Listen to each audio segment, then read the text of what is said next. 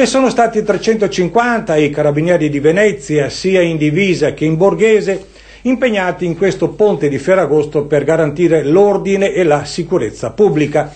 In totale sono state arrestate 10 persone e 57 segnalate all'autorità giudiziaria.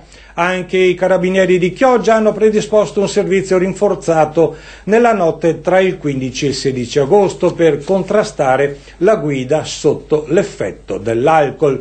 A controllare le spiagge per fermare il commercio abusivo ci ha pensato invece la Polizia Provinciale Veneziana. Vediamo.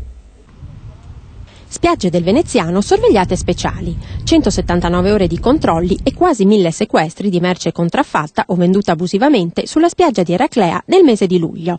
Sono stati elevati 12 verbali amministrativi e 3 di sequestro. È il risultato dell'intervento della Polizia Provinciale di Venezia, attiva da giugno per contrastare il fenomeno Vucumprà lungo il litorale.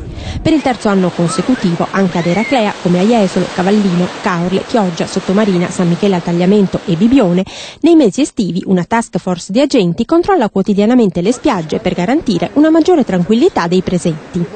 Un servizio che viene richiesto dagli stessi comuni, spiega la Presidente della Provincia di Venezia, Francesca Zaccariotto.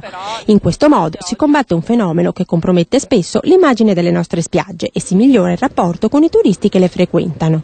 Anche il sequestro di un singolo oggetto, una crema per massaggi o un giocattolo prodotto con materiali non omologati, continua Zaccariotto, significa piena tutela del consumatore e del turista, proprio per informare sulle norme di buon comportamento e mettere in guardia sui rischi che si corrono quando si fa un acquisto abusivo e in distribuzione nelle spiagge un vademecum multilingue.